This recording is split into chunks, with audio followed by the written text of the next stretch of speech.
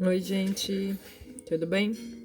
Vamos continuar com as nossas frações.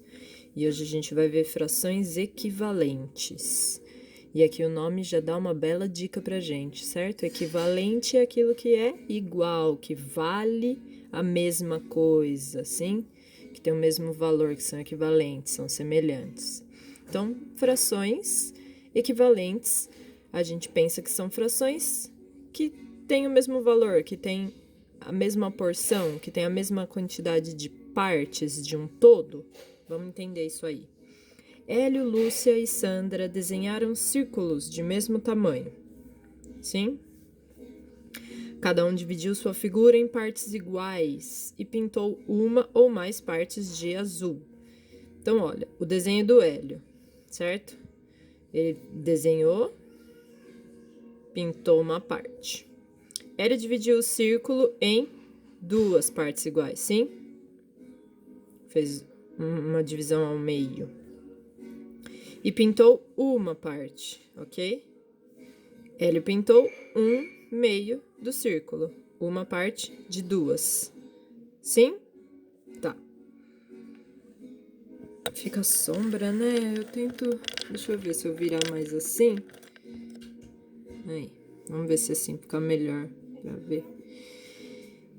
Aqui a Lúcia, olha. É o mesmo círculo, só que ela fez uma divisão diferente, né? A Lúcia dividiu o círculo em... Só contar as partes. Quantas partes? 4 partes, certo? E pintou, só contar, 2 partes.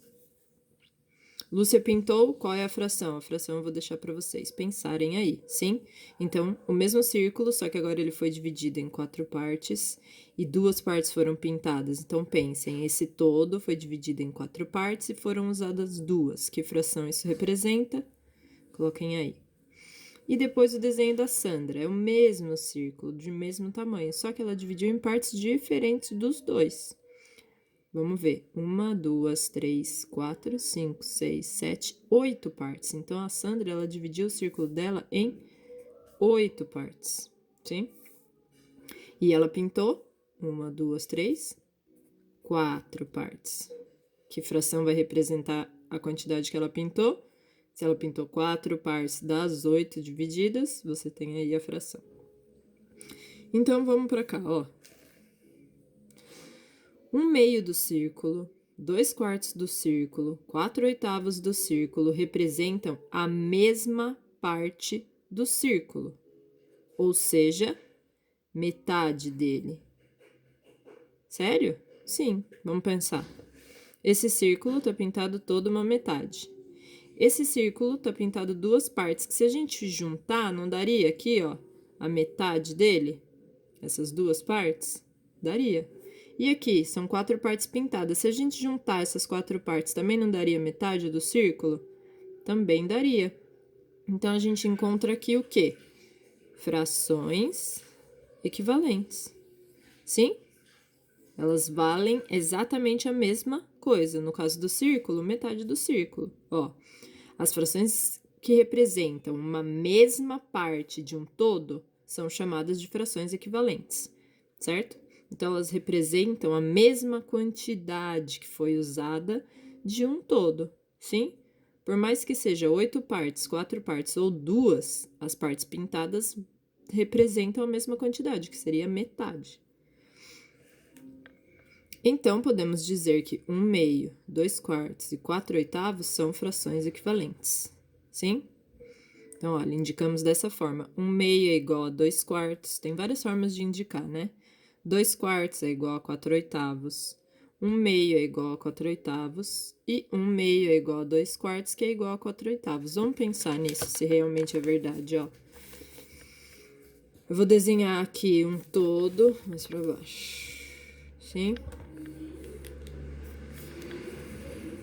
Na verdade, eu tenho que desenhar 3 todos, porque a gente vai pensar em 3 frações diferentes. Só que esse todo, vocês têm que ter clareza que ele tem que ter o mesmo tamanho, é o mesmo todo. Então, no caso, vamos falar em barras de chocolate, certo? Aqui eu quero comer 1/2 da minha barra. Então, eu dividi a minha barra ao meio e comi uma parte, ok? Legal.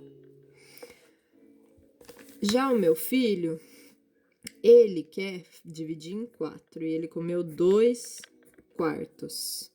Então, ele dividiu a barra dele de chocolate em 4 partes, porque ele quer pedaços menores. E ele comeu 2 pedaços. E o meu outro filho, ele quer pedaços menores ainda. Então, ele dividiu em 8 pedaços o chocolate dele. Para ele comer bastante vezes. E ele comeu 4 pedaços. Então, ó.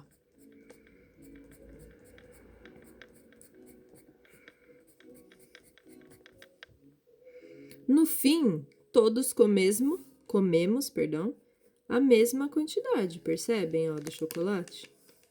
Sim? Ó, 1/2, 2/4 e 4/8, eles são equivalentes no valor, no tamanho, certo? Na porção. Isso são frações equivalentes, tá bom? É essa ideia de que a fração, por mais que ela seja diferente, ela vale a mesma coisa, sim?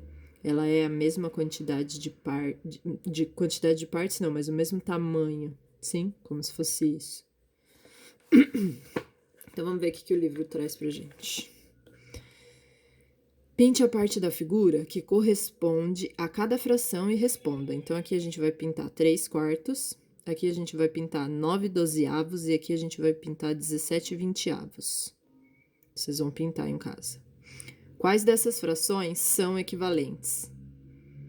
Então, tentem pintar o mesmo lado, sim? Ou não, pintem do jeito que vocês acharem melhor. Mas percebam que vocês terão que analisar se tem alguma fração que é equivalente, ou seja, que tem a mesma quantidade de partes que foi pintada numa questão de valores, de tamanho, sim? Como a gente viu aqui, certo? Se alguma fração vai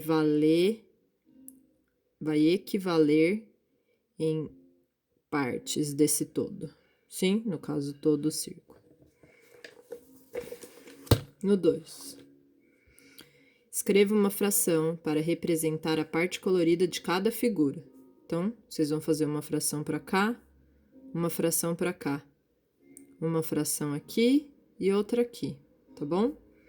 Observando essas figuras, que frações equivalentes você identificou? Então, olhando para as figuras e pensando em frações equivalentes. Dentre essas 4 que vocês escreveram, dá para a gente colocar alguma que seja equivalente a outra?